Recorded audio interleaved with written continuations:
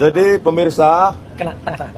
Gibran Raka Buming Raka tidak memiliki ijazah SMA. Yang ada adalah ini, keajaiban dunia yang ke-9. Kok bisa itu disetarakan dengan SMK? Biar rakyat tahu. Kok bisa itu disetarakan dengan SMK?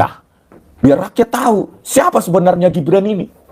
Dan apa yang dilakukannya. Apakah benar ada ijazah SMA dan SMK-nya? Apakah hanya keterangan itu saja? Yang bukan berupa surat keputusan, penyetaraan, tapi cuma surat keterangan. Itu loh. Apakah kasus serupa pernah terjadi? Penyetaraan tersebut, semacam yang dimiliki Gibran itu. Pernah nggak terjadi pada orang lain sebelum dan sesudah 2019 Gibran menyetarakan itu? Kalau nggak ada, ya saya bilang kemarin, saya ancam agak-agak ancam dikit ya kan, gaya-gaya Medan, ya kan? Nah, saya ancam-ancam dikit lah. Kalau nggak ada yang pernah melakukan atau menyetarakan seperti ini, seperti yang dilakukan Gibran, maka jangan diada-adakan. Gitu. Jangan diada-adakan. Jangan seperti laboratorium forensik Baris Krim Polri. Yang video tajam dikabur-kaburkan pakai software gratisan, iRedShop dan Freemake oleh Tito Karnavian, Krishnamurti, Muhammad Nolasar, Christopher Hariman Rianto. Itu baru lembaga yang tidak bisa kita percaya. Jangan sampai ya lembaga pendidikan, Kementerian Dasar dan Menengah yang mendidik, mengajari moralitas pada anak-anak, anak SD sampai SMA, justru terafiliasi atau terinfeksi virus manipulasi seperti Baris Krim Polri. Ya, makanya mau dibentuk tim reformasi Polri oleh Prabowo Subianto. Tetapi sudah didahului oleh Listio Sigit Prabowo, yang isinya cuma polisi. Kayak mana lah itu? Nah itu akan kita bahas nanti di ILC malam ini. Rabu 20, berapa nih? 20. Nah, ya saya diundang di malam. Ya kan tentang reformasi Polri. Bagaimana mau mereformasi Polri? Isinya mereka tok. Coba lah dulu. Ya, sudah tahu banyak rekayasa. Ya, mulai dari Verdi Sambo, belum lagi Minahasa, siapa namanya itu?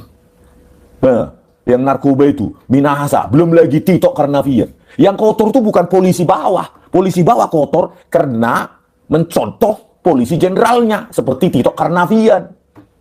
Ya, Kapolri saja manipulasi. Bagaimana bawahannya?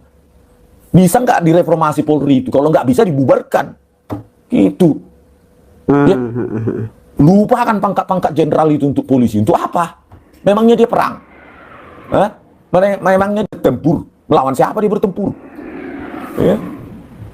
Oleh karena itu, ya saya ingatkan kepada Pak Abdul Muti, jangan biarkan kementerian Anda menjadi kementerian manipulasi. Ya. Karena kalau sudah sampai public distrust, ketidakpercayaan publik yang sangat tinggi, hati-hati Pak, seperti yang terjadi di Nepal. Saya bukan nakut-nakut. Kemarahan rakyat itu udah di sini ya, di ujung leher, bottleneck ini, bottleneck, gitu. Ya. Tragedi KM50, CCTV-nya hilang semua bang. Iya, ngakunya putus fiber optiknya, ngaku. 20 jam sebelum. 20 jam sebelum kejadian 7 Januari ya, 2020. Bukan Januari. 7 Desember ya. Itu pokoknya 20 jam bisa putus itu fiber optik, ngakunya. Itulah kepolisian Indonesia. Rest areanya dibubarkan, genangan darah bukan malah di polis lain, malah dibersihkan. Itulah kepolisian bobrok itu. Ya, belum lagi apa itu? Data CCTV di rest area KM50 dihapus, diperintah hapus oleh kepolisian. Rest area dibongkar padahal harus tahu. Coba lah dulu. Ya, yang di forensik, yang meninggal ini, yang tewas ini, 6 laskar FPI ini yang di forensik. Sementara mulai dari polisi operator lapangan, komando ke atas sampai Kapolda, Fadil Imran, nggak ada di forensik. Kan enak kan polisi itu? Salah atau benar? Polisi yang benar. Kenapa? Kami yang miliki Indonesia ini selama 10 tahun dimanjakan oleh Jokowi. Jangan sampai Kementerian Pendidikan Dasar dan Menengah, Pak Abdul Muti, ya, sama mirip-mirip wataknya dengan kepolisian. Nyatakan tidak kalau tidak. Benar kalau benar, salah kalau salah. Surat keterangan ini tidak pernah terjadi seperti ini kecuali untuk Gibran. Gitu aja. Karena kalau orang normal, tidak keluarga presiden yang mengajukan penyetaraan, cuma model bimbel atau kursus persiapan universitas atau foundation studies lah namanya, bridging lah namanya, pathway lah namanya. Kalau orang lain yang mengajukan itu, pasti ditolak. Tentu ditanyakan, manalah ijazah SMA-mu di Australia? Pasti gitu. Nggak ada Pak. Aku grade 12, ku ambil di UTS, programnya Foundation Studies. Namanya Academic Pathway, Pak. Itu katanya disetara di grade 12, Pak. Year 12 di Australia, Pak. Iya, tapi kan harus ada pengakuan sah dari negara itu, yaitu Australia. Namanya High School Living Certificate. Atau Victorian, atau apalah tergantung state-nya ya kan. Kalau Victoria Certificate of Education. Harus ada seperti itu. Enggak, Pak. Pokoknya katanya UTS, University of Technology Sydney, itu sudah berlaku, Pak, year 12. Sama itu, Pak. Iya, tapi kan kami butuh dokumen yang menyatakan kau lulus SMA di sana. Mananya itu? Kalau bukan Gibran itu, anaknya Jokowi, ditolak itu. Nggak mungkin. Gitu loh. Ya kan? Itulah. Masa peraturan hanya khusus untuk Gibran? Kementerian Dirjen bagaimana itu? Dirjen Pendidikan apanya itu? Coba, peraturan khusus untuk Gibran. Ya? Jadi makanya aku bilang, kalau nggak ada kasus kayak gini, penyetaraan semacam yang dilakukan Gibran, berarti itu berpotensi untuk menyalahi aturan dan harusnya dipenjara orang-orang terlibat itu. Termasuk Dr. Sutanto SHMA itu. Harus dipenjara itu. Dan dia harus mengaku siapa yang memerintahkan dia untuk melakukan itu. Apa dasar hukumnya dia memberikan surat keterangan penyetaraan itu? Ya? Berarti dia memanipulasi aturan seperti si Paman Usman di Mahkamah Konstitusi itu. Sama-sama mereka melancarkan dinasti setan itu. Ya? Oleh karena itu, ya Pak Abdul Muti, ya kita di dunia ini sebentar lagi ya Pak Abdul Muti, sama seperti yang saya bilang kemarin ke Pak Eko, ya Dr. Eko Susanto, yang sekretaris Dirjen sekarang. Kita sebentar lagi akan meninggalkan dunia ini. Warisan apa yang kita kasih sama generasi penerus? Kalau kalian cuma sayang sama jabatan kalian, tapi rusak Indonesia, untuk apa? Toh yang sengsara nanti anak cucu kalian juga. Gitu. Ya, itu udah termuli nih kan. Kasar-kasar dikiranya, aduh. Ya, aduh, sorry, jadi jatuhnya. Ya, saya bilang, mana? Oleh karena itu, ya, semoga Pak Abdul Muti ya bisa menginisiasi, kalau nggak mau seminar, ya terbuka, takut nanti malu, ya, Gibrannya malu, ya udahlah, bentuk aja Pak Abdul Muti tim investigasi independen, tim pencari fakta independen untuk membuktikan legalitas atau keabsahan dari surat keterangan dari Gibran tersebut. Kok bisa sampai SMK? Bisa disetarakan UTS insert itu dengan SMK.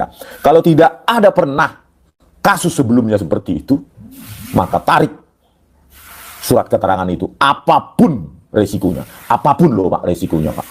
Itu. Lebih baik tidak punya jabatan daripada punya jabatan tetapi tidak berguna bagi rakyat banyak. Ya. Untuk apa Pak? Jadi menteri. Ya nggak Pak Abdul Muti? Untuk apa jadi menteri? Toh juga banyak menteri sekarang di kerangkeng KPK seperti Nadiem Makarim. Sekarang dipuja-puji, besok dihina serendah-rendahnya. Direndahkan sehina-hinanya. Untuk apa? Lihat Nadiem Makarim itu. Lebih baik lepaskan jabatan.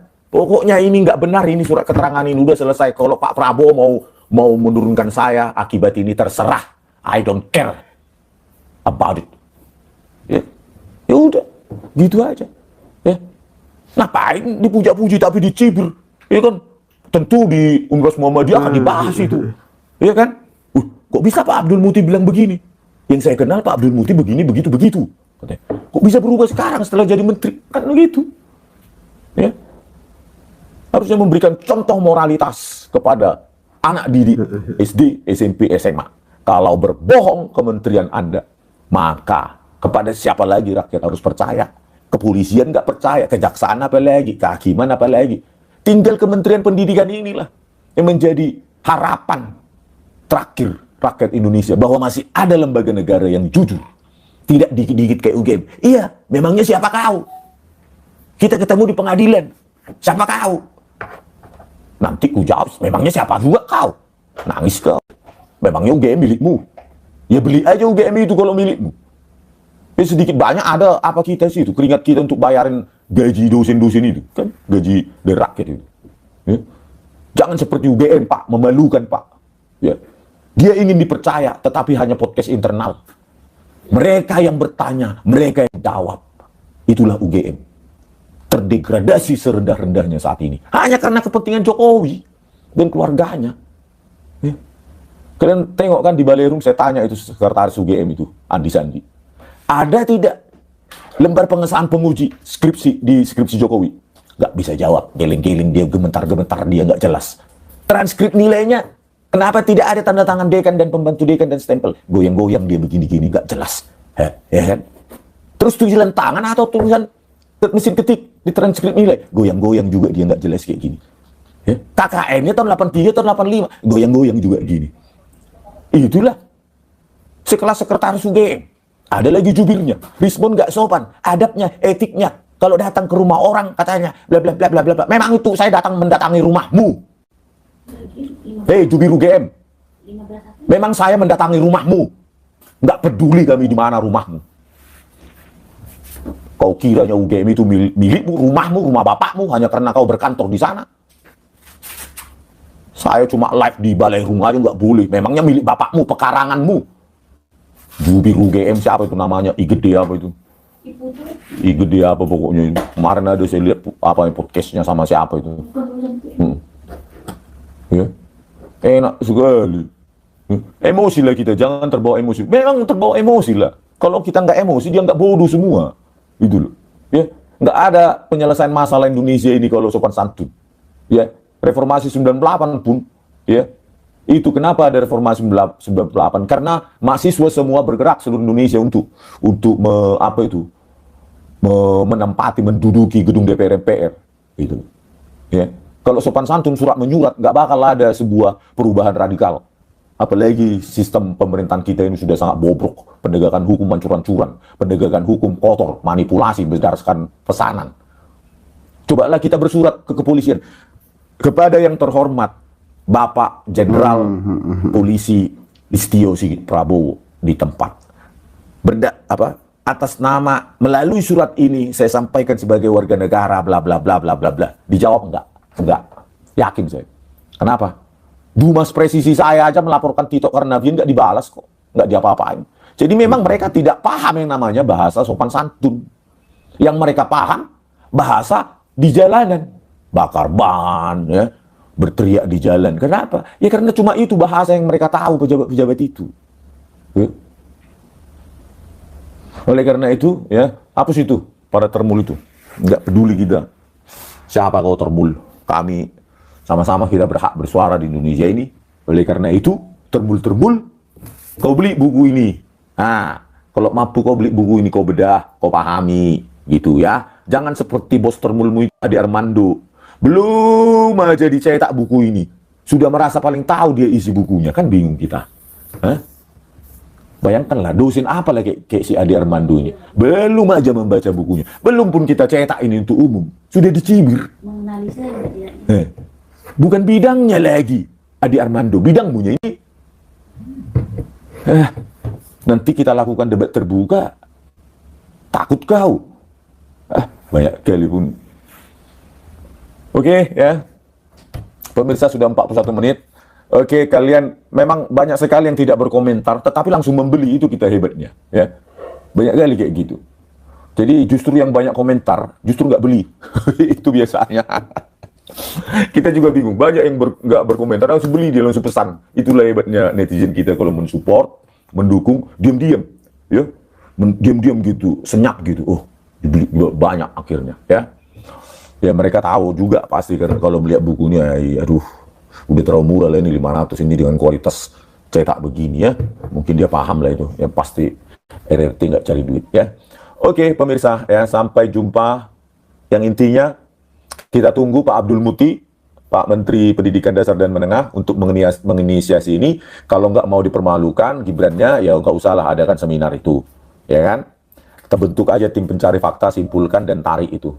Itu tarik aja surat keterangan itu karena itu sangat memalukan Pak ya. Tapi kalau memang bersikeras ya pihak Kementerian Pendidikan Dasar dan Menengah, ya oke, ayo kita seminarkan secara ilmiah di gedung Bapak ya, karena kemarin aja ada itu tenda-tenda besar itu entah ngapain, tenda besar biayanya pasti besar kan itu, di depan kementerian itu kami lihat waktu datang tuh tendanya besar kali, mewah ya. Nah kayak gitu aja kita adakan di situ Pak, cukup 100-200 orang, isinya para pakar.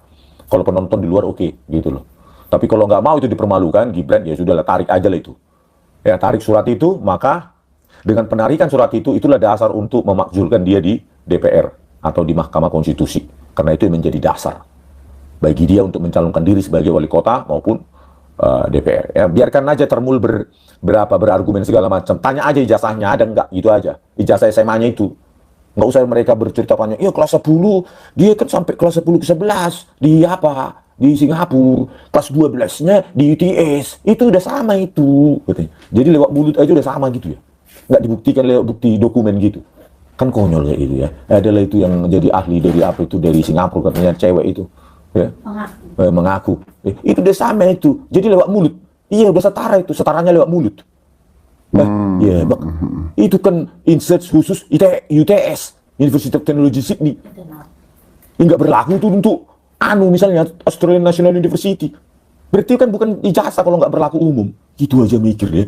Tapi kalau yang berlaku umum, yaitu High School Living Certificate, itu baru berlaku umum. Yang dikeluarkan oleh Departemen Pendidikan mereka. Ya, baik state maupun federal mereka. Tapi kalau UTS disamakan dengan High School Living Certificate, itu kan bohong. Ya. Ya. Iya betul juga ya apa kata Bang Rismond Sianipar itu, kalau memang tidak ada ijazah SMA-nya kenapa dipaksakan ya. Nah, apakah pernah terjadi juga betul apa yang dikatakan Bang Rismond tadi? Pernah terjadi hal yang serupa ya, menyetarakan seperti itu dan dipaksakan seperti itu ya. Ini sebenarnya sangat ngeri sekali ya. Contohnya di video ini ya. Ini perubahan data ini kan sengaja dirubah oleh KPU ya.